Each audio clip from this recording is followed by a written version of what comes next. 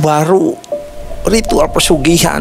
Jadi nggak nunggu sampai di rumah, ternyata uang itu sudah ada di mobil. Nilainya banyak sekali, mungkin ratusan juta guys ya. Yang kena angin tuh berabunan. Sampai saya tutup lagi, berhenti. Jadi uang kita tata dulu uangnya aja. Atau gimana nih, susah juga banyak sekali. Itu kok nggak nanjak, nggak ke pos 3, malah belok ke kiri. Saya kan protes tuh. Ini jalur kemana nih? Jangan macam-macam, ini bisa tersasar itu. Itu pos 3 kan lurus. Akhirnya berhenti. Gatot akhirnya deketin saya. Mas Ben, maaf. Pos 2 ini yang terakhir. Kami akan ritual.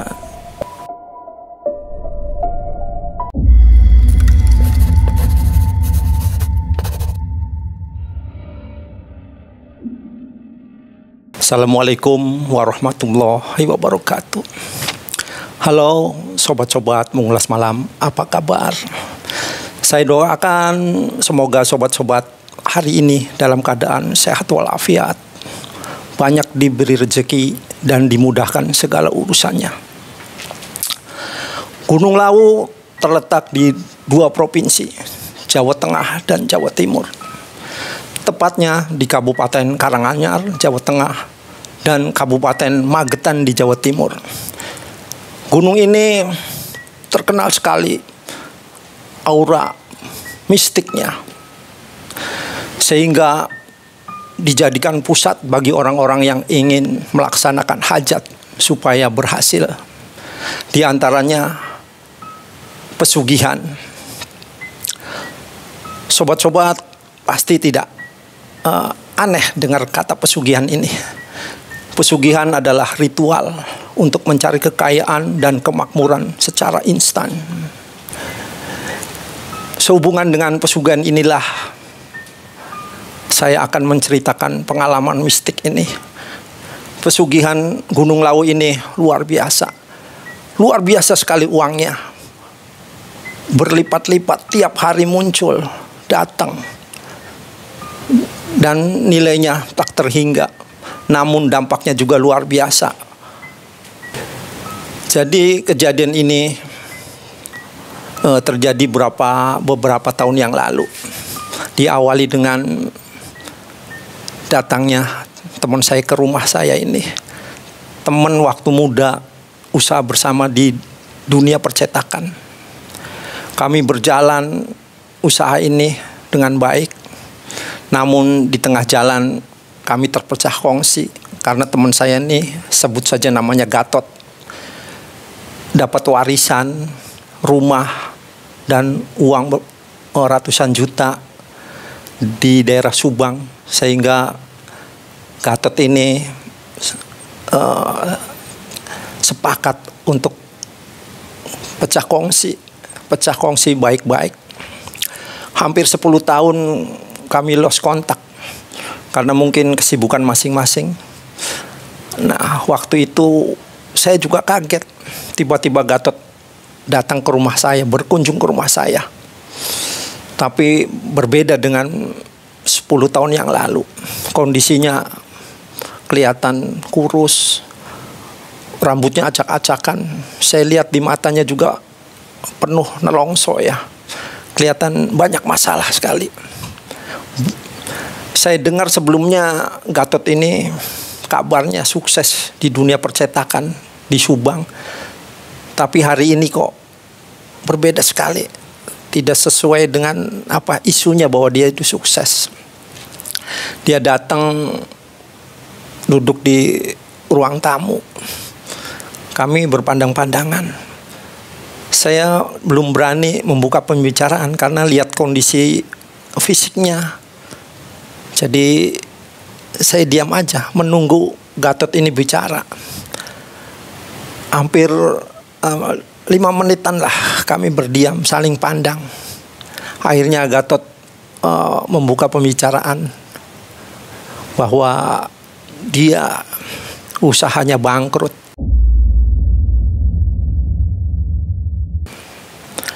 Ludes, modalnya habis semua, termasuk rumah dan tokonya tergadaikan di bank. Saya diam dulu, nggak berani bicara biar Gatot cerita semuanya. Dia katanya tertipu di usaha tambak udang. Padahal saya dengar usaha cetaknya berjalan baik.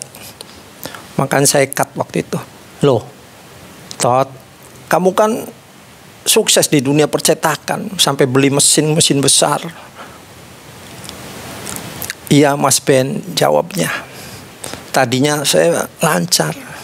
Setelah ada rekan mengajak bisnis di bidang pertambakan udang dengan janji keuntungan yang luar biasa di atas percetakan lah, kata dia.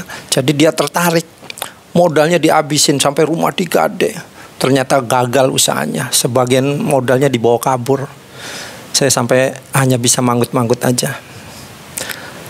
Terus gimana Tot sekarang rencananya, saya tanya. Dia jawab, nggak punya rencana Mas Ben. Saya kesini pengen minta tolong, katanya. Saya bingung ya, kondisi saya juga lagi acak-acakan. Kalau materi saya nggak mampu, tahu sendiri kondisi saya juga habis buat berobat almarhum istri saya, katanya. Iya saya dengar Mas Ben, bukan materi, tapi gerak. Maksud apa yang disebut gerak? Maksud saya, Mas Ben nganter saya ke Solo, ke Gunung Lawu.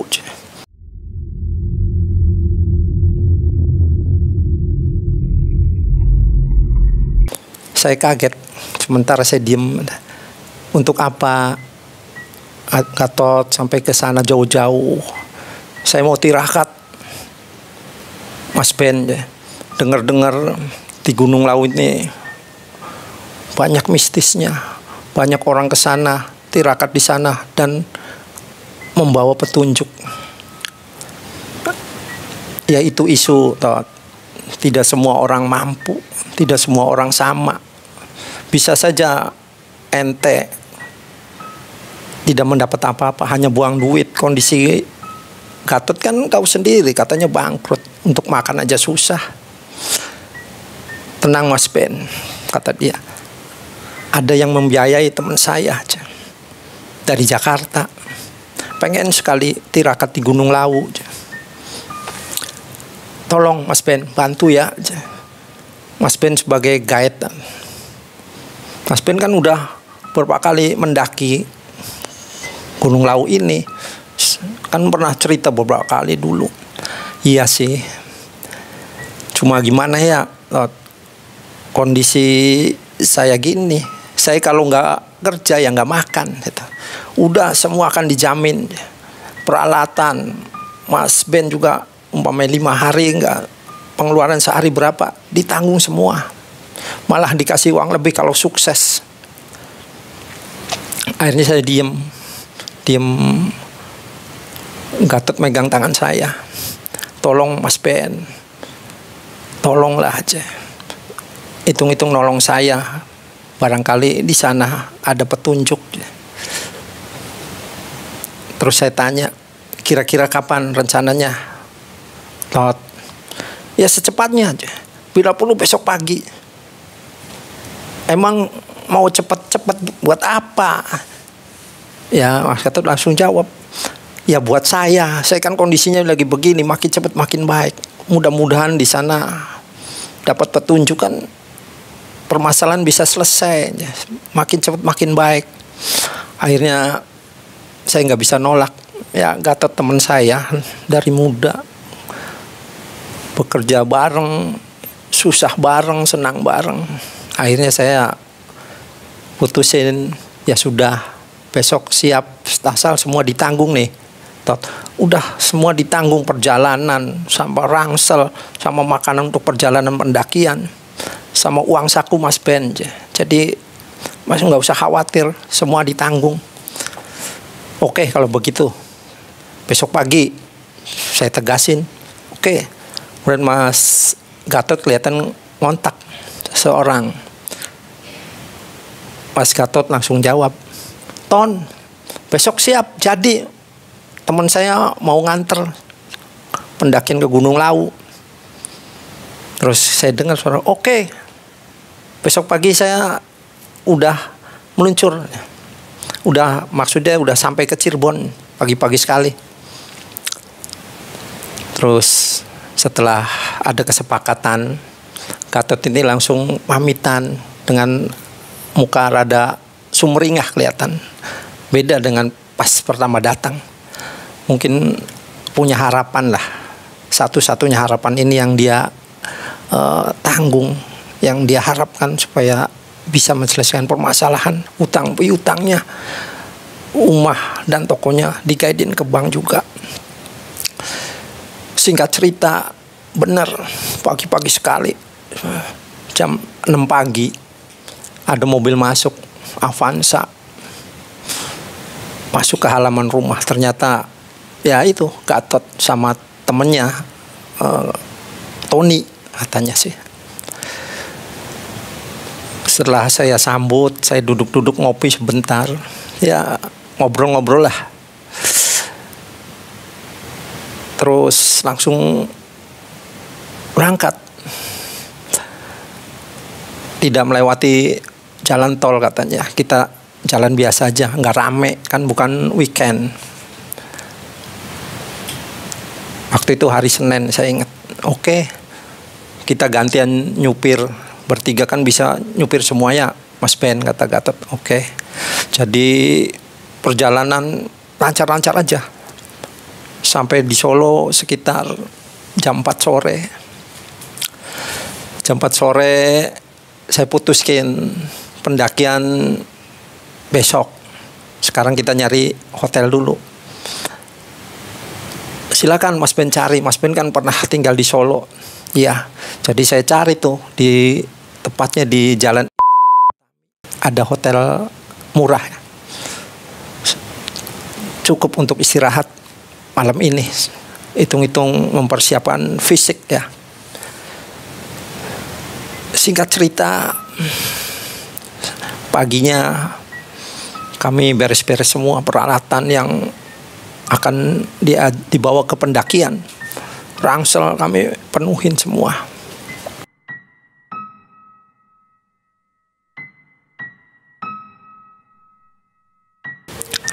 Sekitar siang check out nih, kebetulan sekitar jam 2-an lah. Check out hotel ya. Kami berangkat langsung ke Karanganyar karena permintaan dari Gatot bahwa pendakian ini jalur Cemoro Sewu. Cemoro Sewu berarti Karanganyar, perbatasan Jawa Timur nih, Karanganyarnya. Jadi kami meluncur ke sana. Saya sih manut aja, kan ada beberapa jalur tuh. Tapi Gatot nggak tahu dasarnya apa dia memilih Cemoro Sewu. Saya turutin aja. Ya sekitar dari Solo ke base camp Cemoro Sewu sekitar hampir 1 jam lah. Nyampe base campnya kan di pinggir jalan ya. Mobil masuk, saya masuk ke base camp. Ternyata di situ sudah ada yang menunggu. Nggak tahu temennya Tony kemungkinan sih. Seorang anak muda, berpakaiannya ya pakaian hitam-hitam. Kalau di Cirebon sih kayak pakaian-pakaian dukun gitulah. Hitam atas hitam. Dia bersalaman dengan saya. Dia memperkenalkan namanya Simin. Saya Mas Simin. Saya sih seneng aja ada tambah 1 pemandu. Jadi saya lebih ringan lah kalau ada 1 teman lagi yang ingin membantu. Saya sih enjoy aja, seneng. Setelah di base camp ngobrol, kan di situ ada warung ngopi. Kemudian Mas Simin yang memandu sekarang ya, kata Gatot. Oke, yuk siap-siap ya, kata Mas Simin. Ya saya ikut aja. Mulai ke pos 1. Waktu itu udah menunjukkan jam 5 lah sore. Ideal kalau pendakian jam segitu, nyampe di puncak subuh ya kalau perjalanan santai. Dari base camp ke pos 1 lancar karena memang nggak ada tanjakan-tanjakan yang berarti. Masih mudah lah pendakian, sekitar setengah jamnya. Di pos 1 berhenti lagi, ya maklum mereka kan gembul-gembul nih badannya, jarang berolahraga jadi kecapean. Pos 1 berhenti lagi, di situ kebetulan ada beberapa warung, di pos 1 masih ada. Karena bukan hari pendakian, bukan hari libur, jadi cuma ada beberapa aja yang buka. Ngopi lagi di situ, ya sudah saya ladenin aja. Ngopi, ya mungkin hampir setengah jam lebih. Terus Mas Simin kasih instruksi lagi, "Ayo kita berangkat ke pos 2 aja." Nah, di sini pos 2 mulai tanjakan-tanjakan tinggi. Nah, di pos 2 ini tercium bau menyan ya, dupa. Ya itulah ciri-ciri khas Gunung Lawu. Setiap sudut, saya nggak tahu ini prosesi apa, tapi begitu. Banyak dibakar menyan. Ada bukit batu sedikit aja di situ ada menyan, nggak tahu mungkin untuk prosesi-prosesi tertentu ya. Saya abaikan aja. Saya berangkat lagi. Nah, udah di sini udah mulai berat. Gatot udah mulai napasnya terengah-engah karena udah nanjak terus berbatu-batu. Tebing udah mulai, hutan udah mulai kelihatan, hutan-hutan kecil, pohon-pohon rimbun. Ya karena kondisi nggak fit, 2 orang ini lambat sekali. Hampir nyampe ke pos 2 aja hampir sejam ya, setengah sejam, iya sejaman.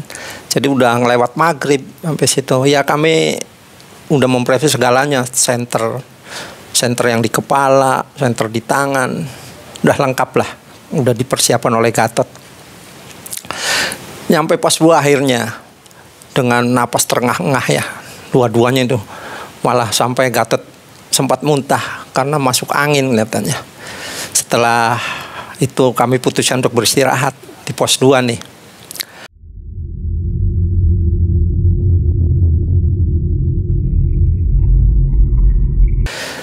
Lama sekali di pos 2, hampir istirahat 1 jam. Saya sampai kesel, ini perjalanan masih jauh sampai pos 5 kalau di Gunung Lawu ini. Makin berat, saya yakin mereka tidak akan mampu. Tapi ya saya ladenin aja lah, karena itu keinginan mereka. Tapi aneh, setelah diputuskan mau berangkat, itu kok nggak nanjak, nggak ke pos 3, malah belok ke kiri.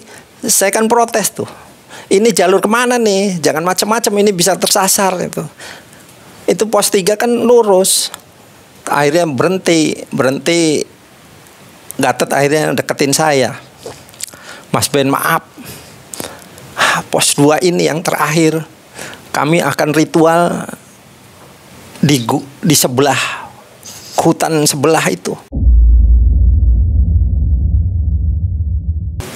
Alasan itu jadi saya maklumi, oh jadi ritualnya di sini situ. "Iya Mas Ben, tapi maaf, ritual pesugihan." Saya kaget karena sebelumnya Gatot nggak pernah mengungkapkan niatnya untuk sebagai pelaku pesugihan. Saya berhenti, saya kaget. "Tot, jangan begitu. Janjinya kan nggak menyebutkan pesugihan.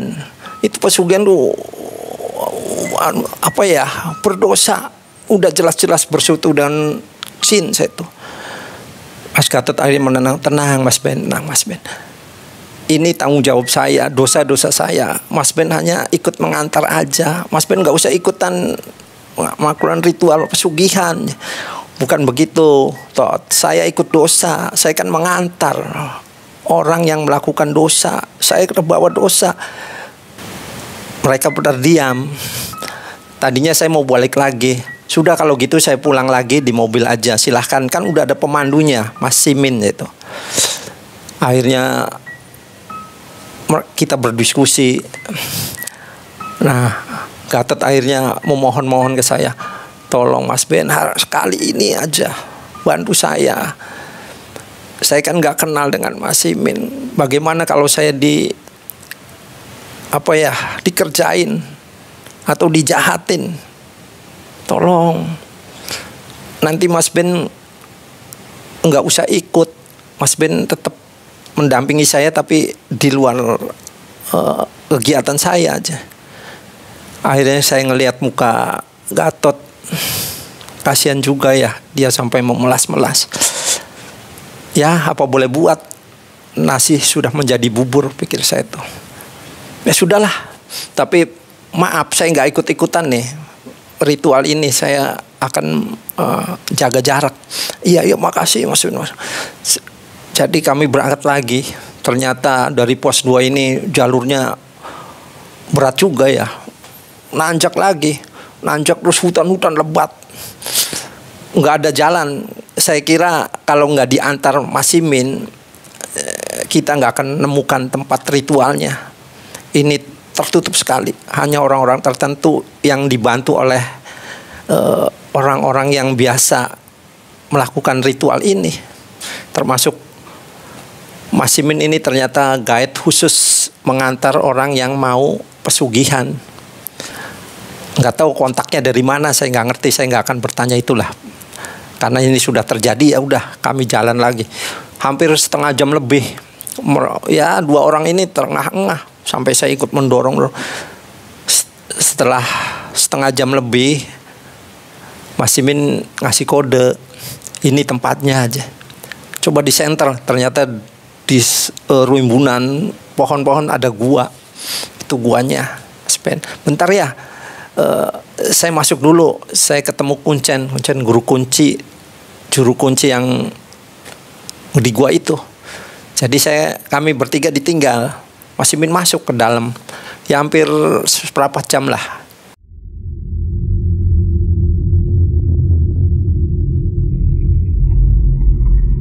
Setelah itu datang lagi. Udah disiapkan semuanya aja. Syarat-syaratnya sudah disiapkan. Tinggal Mas Tony membayar aja. Kan sudah saya kontak nilai uangnya aja. Iya aja. Apa aja tuh aja. Ayam cemani, dupa, dan kembang-kembang. Sudah disiapkan bunga-bunganya aja. Kemudian kelihatan Tony ngeluarin duit. Nggak tahu berapa, saya nggak ngeliat ya. Segepok aja kelihatan diamplopin. Terus Simin lari masuk ke gua. Mungkin ngasihkan uang itu ke juru kunci. Kemudian dia balik lagi. Sudah, berarti Mas Ben sama saya di sini, kata Simin. Yang 2 nanti dijemput oleh juru kunci sebentar lagi. Memang nggak nunggu lama lah. Sekitar 5 menit juru kunci datang. Dia ya kayak dukun-dukun di sini lah, pakainya hitam-hitam. Tapi saya lihat mata dukun ini merah sekali. Mungkin jarang tidur ya. Merah kelihatan. Dia datang. Nah, yang dia nyebut yang mau ritual mana?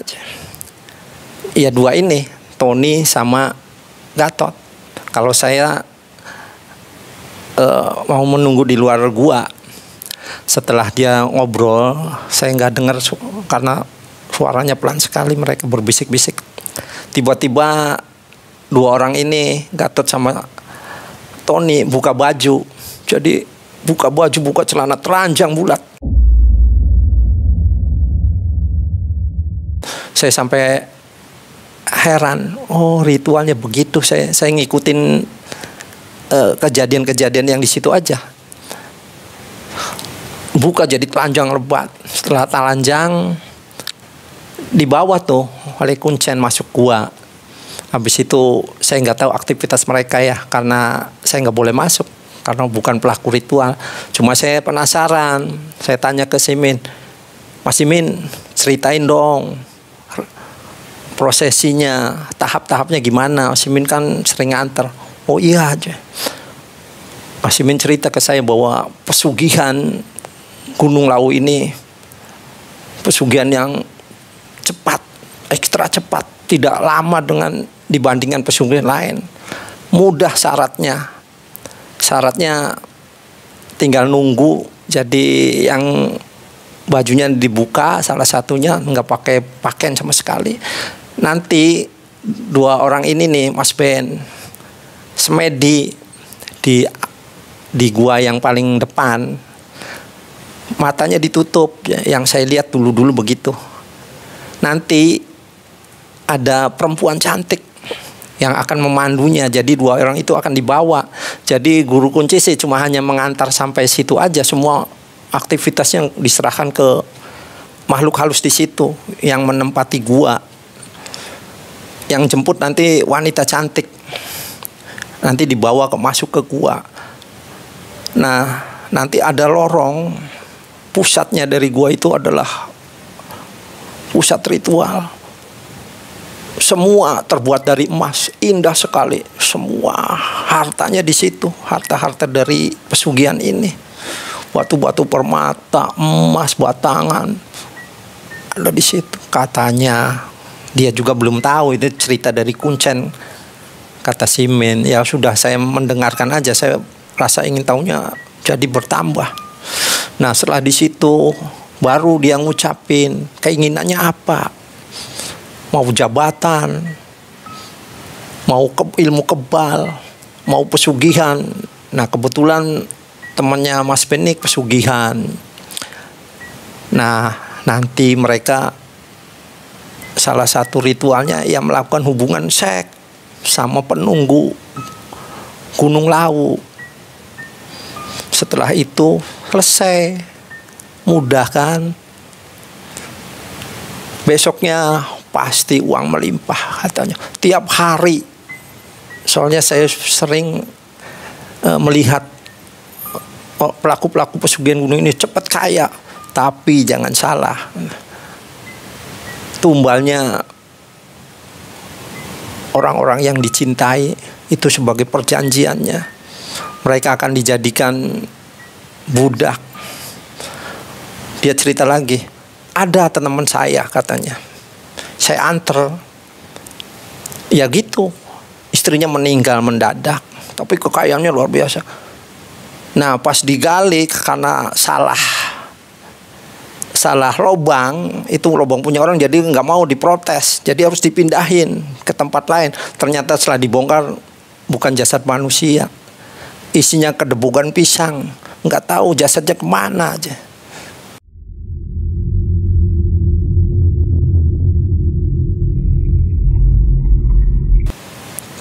Ini saya lihat sendiri Mas Ben, ya.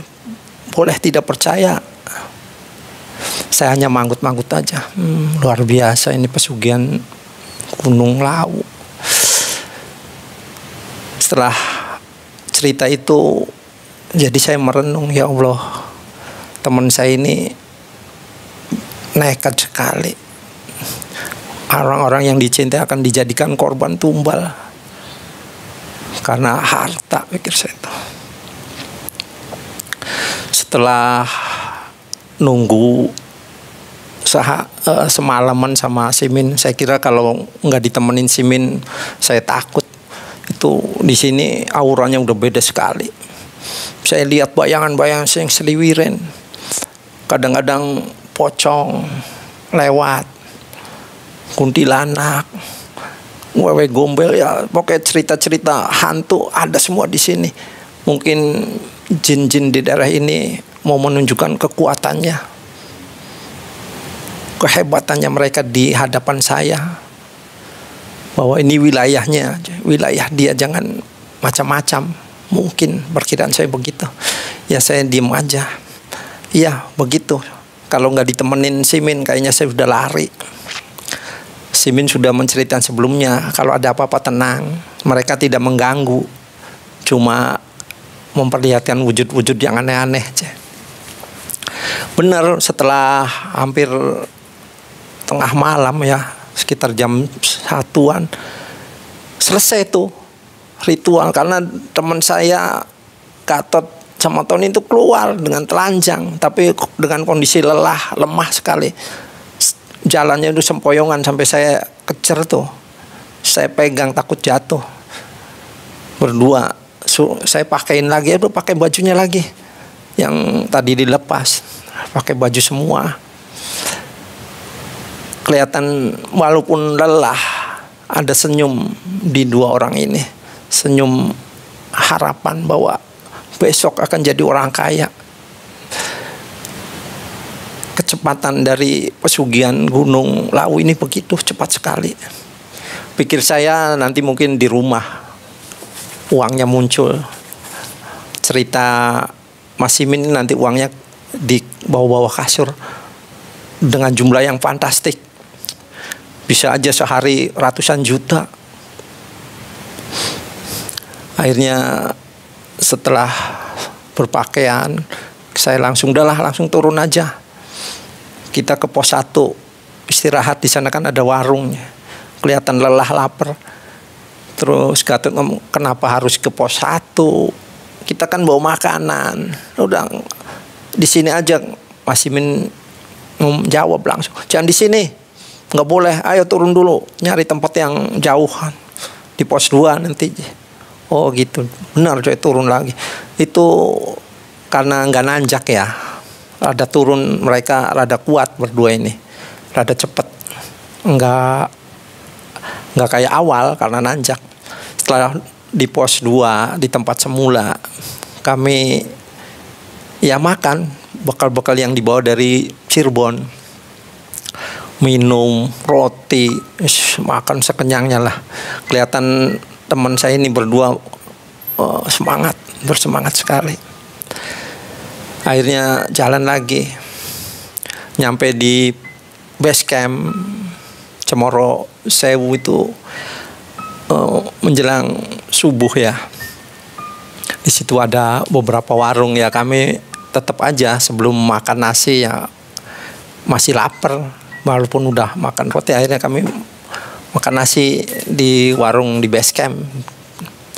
Setelah pagi sekitar jam 7-an kami putuskan untuk pulang ke Cirebon. Udah pulang ke Cirebon aja, saya tuh nggak lelah istirahat dulu aja di Solo, nggak langsung ke Cirebon aja kan kita gantian nyupirnya aja ya wis. Kami pamitan ke Mas Simin. Kelihatan Pak Gatot ngasih uang jasa, kelihatan Mas Simin kelihatan tersenyum karena tugasnya selesai, dapat uang tip. Uang tipnya saya lihat 300 ribuan lah, 3 lembar sih kelihatan. Ya bagi orang Solo segitu cukup ya. Kemudian kami perjalanan kan saya duduk di jok belakang, Gatot sama Tony depan. Tiba-tiba saya buka kaca jendela nih, jendela mobil. Terus buka kan angin masuk tuh. Dari jok belakang kena angin tuh berhamburan uang. Banyak sekali. Saya tuh kaget. Ya Allah, ini uang apa ini? Mobil sampai berhenti. Kaget dua-duanya juga. Ternyata di jok belakang itu banyak sekali uang, ratusan ribu semua, merah semua. Gatot sama Tony berpandang-pandangan, terus dia senyum, ngakak, saking girangnya itu. Dalam hati saya, ya Allah, luar biasa. Baru ritual pesugihan, jadi nggak nunggu sampai di rumah. Ternyata uang itu sudah ada di mobil. Nilainya banyak sekali, mungkin ratusan juta guys ya. Yang kena angin tuh berabunan. Sampai saya tutup lagi, berhenti. Jadi uang kita tata dulu uangnya aja. Atau gimana nih, susah juga banyak sekali. Saya jadi merenung. Luar biasa. Belum pernah ada cerita pesugihan sampai sehebat ini. Biasanya kan nunggu beberapa hari atau ada ritual lagi. Setelah nyampe ini sih langsung banyak. Tapi saya mikir, saya nggak mau makan uang ini, takut dijadikan tumbal dalam hati saya. Terus saya ngomong ke Gatot sama Tony, tolong saya minta uang yang di dompet Mas Tony aja, janji saya kan mau dikasih 1 juta saya itu. Tenang Mas Ben, gampang itu, tinggal ngambil aja tuh bro. Itu ngambil 10 juta. Enggak mau, saya enggak mau ngambil uang itu. Saya minta dari dompetnya Mas Tony. Oke, jadi Tony tuh ngeluarin uang. Buat apa? Kan masih perjalanan masih jauh. Buat makan, buat kebutuhan saya dalam perjalanan ini. Saya nggak mau makan uang itu, ngeri gitu. Nggak tahu asal usulnya. Ya sudah, saya dikasih 1 juta buat bekal saya. Nyata setiap masuk kota berhenti makan sate, uang itu tuh. Saya sih makan uang yang dari dompetnya Tony aja, nggak berani makan uang. Ya saya sebut uang haram lah, karena nggak jelas ujung pangkalnya. Mereka gembira sekali. Malah Tony nyupir terus nggak mau diganti karena saking senengnya. Tony sama Gatot aja, saya nggak usah Mas Beni, nggak usah nyupir, kami aja berdua aja. Ya sudah, saya sih senang-senang aja. Nyampe Cirebon, akhirnya saya diturunin, dia diantar ke rumah saya. Saya mau penasaran, mau tahu berita selanjutnya dari 2 orang ini. Tapi yang pasti saya bisa ngelihat dari teman saya Gatot ini. Tapi kan jauh tinggalnya. Ya sudahlah, pikir saya setelah ini kan lepas, saya nggak mau tahu segalanya. Saya sudah membantu nganter, jangan terlibat lebih jauh lagi. Benar, saya diantar. Seminggu kemudian Gatot ngebel saya, Mas Ben, saya mau main ke rumah, bawa oleh-oleh ya. Gak usah, gak usah, udah stop aja, kita kontakkan lewat telepon aja, gak usah ketemu secara fisik. Saya tuh nggak mau, ngeri saya tuh. Ya sudah, saya sudah bayar utang-utangnya semua Mas Ben, langsung bank saya lunasin. Allah, dalam seminggu utang ratusan juta kebayar. Malah dia membeli alat-alat baru, dia cerita alat-alat percetakan kayak mesin-mesin baru. Dalam hati, wah luar biasa. Tapi saya tuh takut nih. Takut apa? Teman saya akhir hayatnya sengsara pasti. Saya takut cerita Simin bahwa keluarganya akan habis dalam waktu singkat. Kekayaannya melimpah, tapi keluarganya juga akan habis secepatnya. Saya hanya bisa berdoa, ya semampu saya.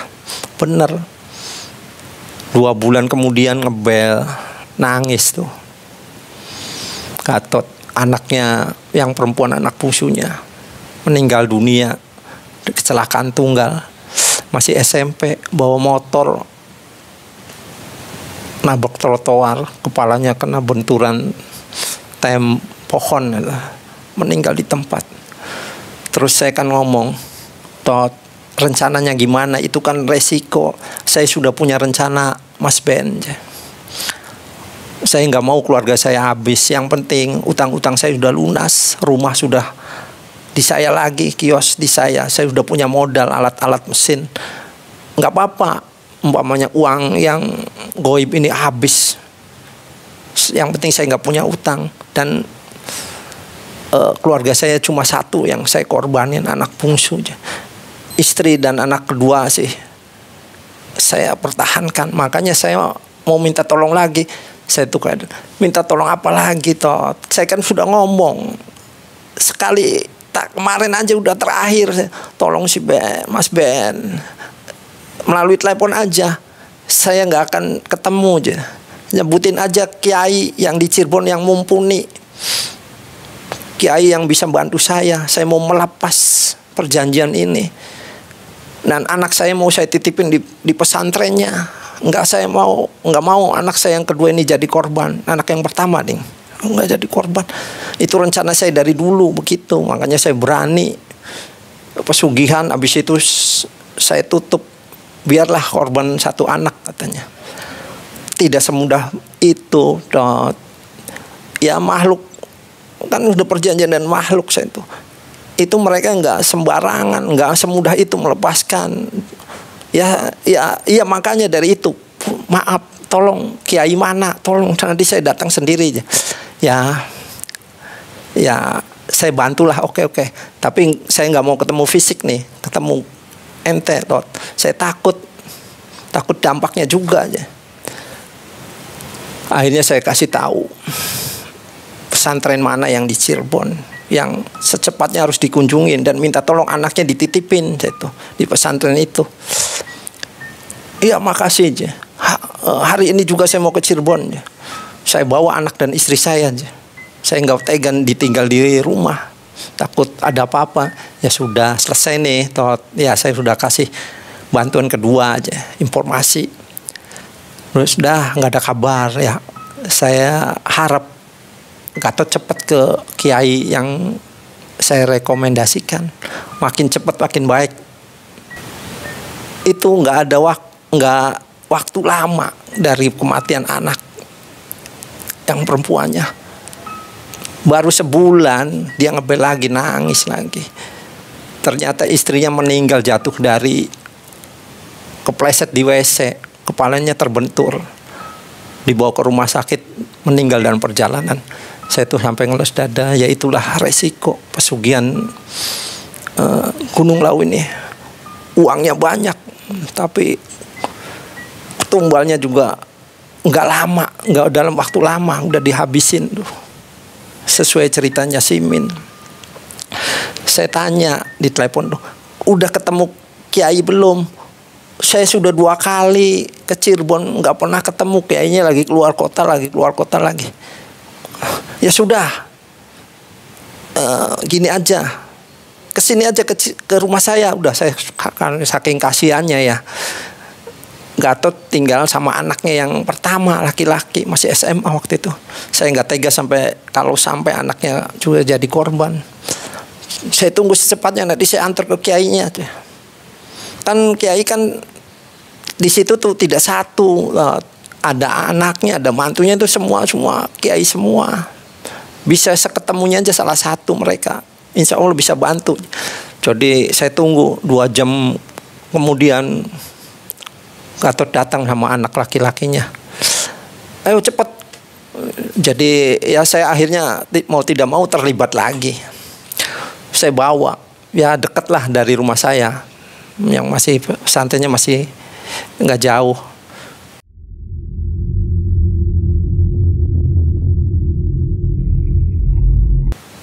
Saya kebetulan kenal salah satu mantu dari kiai ini. Ustadz inilah, nggak saya sebutin ya, Ustadz. Ternyata benar, Pak Kiainya nggak ada, lagi di luar kota terus, luar biasa Kiai ini. Tapi kan ada mantunya Ustadz. Saya kenal, oh Mas Ben, ya gimana aja. Saya ngobrol ya, saya jelasin, nggak basa-basi lagi lah, nggak ada tedengan karena ini darurat sekali. Saya ceritain, Ustadz itu manggut-manggut. Udah gini aja. Anaknya sementara di pesantren akan saya jaga, insya Allah siang malam. Cuma Pak Gatotnya nggak semudah itu aja memutuskan perjanjian dengan makhluk. Ini makhluknya jin dengan umur ribuan tahun, kata Ustadz ini. Saya terawang, kekuatannya luar biasa. Bisa disebut iblis. Disebutkan begitu, Gatot langsung udah lemah, gemeter. Dia udah 2 orang kesayangannya udah diambil sebagai kan korban tumbal. Dia nggak mau anaknya kena lagi. Jadi anaknya dititipin di pesantren. Terus kelihatan dikasih air, beli air, terus didoain ini untuk jaga-jaga supaya Mas Gatot terlindung dari balas dendam. Ini cerita Pak Gatot ini udah didengar loh oleh jin. Jin tuh mendengar semua, melihat manusia. Kitanya nggak melihat. Jadi saya bentengin dengan air ini diminum, ya. Jadi Gatot nganterin ke rumah saya, nganterin saya. Saya juga kerasa setelah membantu Gatot ini. Ada suara-suara di telinga saya tuh. nggak jelas. Waduh, saya terlibat lagi, ya Allah. Ya bagaimanapun saya hadapilah, karena saya bukan pelaku. Mungkin saya bisa bertahan lah kalau bukan pelaku. Gatot akhirnya pulang. Udah, Mas Ben, saya pulang ke Subang ya. Nanti seminggu lagi saya nengok anak. Doain aja. Jadi Gatot pulang. Seminggu kemudian ada berita dari keluarganya ke saya, ngebel saya, Mas Ben, Gatot sekarang di rumah sakit. Saya kok ya Allah, saya tuh kenapa Pak? Saya pamannya aja. Telepon ini kan dari Gatot supaya menghubungi Mas Ben. Iya, untuk menjaga anaknya yang di pesantren ya. Sering ditengok ya aja. Kalau Gatot kan sekarang ada di rumah sakit, nggak tahu sampai kapan. Kenapa Pak? Saya tanya. 2 hari yang lalu rumahnya kebakaran. Nah, Gatot nggak bisa keluar.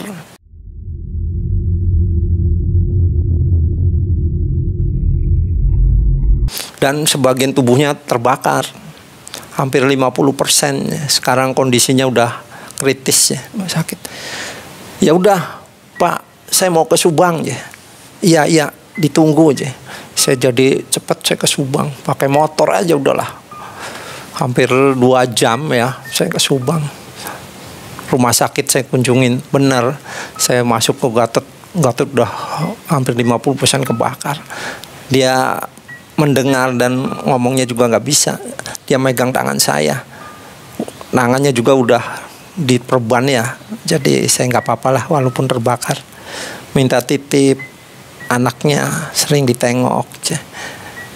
Terus dia ngeluarin tas isinya duit semua. Ini jangan Dot, saya nggak mau. Bukan buat Mas Ben, ini buat pesantren, buat biaya anak saya sampai cepet ya. Takutnya uang ini hilang lagi, soalnya semua harta yang dia dapat sudah hancur semua katanya. Saya udah ikhlas. Saya kalau sampai dipanggil atau meninggal dunia sudah ikhlas, asal anak saya ini selamat. Jadi saya ambil tuh, karena uang ini bukan untuk saya udah terima aja. Saya mau bawa ke pesantren secepatnya aja. Jadi saya tidak nunggu berani lama-lama lagi, takut ada apa-apa. Jadi saya langsung pamitan ke pamannya yang nungguin kebetulan. Saya kemput tuh ke Cirebon bawa duit setas, nggak tahu uang berapa nih uangnya dia. Yaitu di jalan tuh banyak sekali gangguan. Hampir saya beberapa kali kecelakaan. Cuma saya istighfar terus, ya Allah pelan. Akhirnya nyampe Cirebon langsung saya ke pesantren. Pas alhamdulillah ketemu Pak Ustadznya. Pak Ustadz, ini ada titipan. Saya takut uangnya berubah ya. Pak Ustadz pegang dulu. Tapi waktu di Subang, ini uang ratusan ribu semua, ini puluhan juta. Buat pesantren, buat biaya anaknya. Pak Ustadz ngebuka, ternyata benar masih duit. Ya sudah, ini masih berupa duit, belum berubah. Akan saya jaga dan untuk biaya anak-anak sini ya, termasuk anaknya Pak Gatot. Akhirnya saya ditemukan anak Pak Gatot. Saya ceritain apa adanya bahwa kelakuan ayahnya, resiko-resiko yang dia terima. Anaknya nangis. Ya nggak ada pilihan, harus ikhlas itu. Ini kelakuan pesugihan begini, berat sekali dampak akhirnya itu. Dia hanya manggut-manggut nangis. Akhirnya saya pamitan, tolong dijaga Pak Ustadz, anak ini nanti mungkin kalau sudah aman akan dijemput pamannya ke Subang. Kalau sudah selesai tragedi ini atau aman, nggak ada dampak apa-apa. Iya aja, saya pulang. Barusan pulang, pamannya ngebel lagi. Masih dalam perjalanan itu saya berhenti. Ternyata Gatot sudah meninggal dunia. Saya itu sampai innalillahi wa inna ilaihi raji'un. Ya, begitulah sobat-sobat. Cerita pesugihan Gunung Lawu ini luar biasa. saya ingatkan kepada diri saya dan sobat-sobat, ambil sisi positifnya dari cerita saya ini. Pertama, harus bisa menjaga harta kita, harta halal kita, jerih payah kita dari orang-orang yang pemalas akan mengambil atau menipu. Yang kedua, kita harus selalu bersyukur apa yang dikasih oleh Allah. Insya Allah dengan bersyukur kita akan bahagia. Begitu sobat-sobat. Mohon maaf barangkali ada kata-kata atau kelakuan gerak saya yang kurang berkenan. Kesempurnaan hanya milik Allah. Wabillahi taufiq wal hidayah. Wassalamualaikum warahmatullahi wabarakatuh.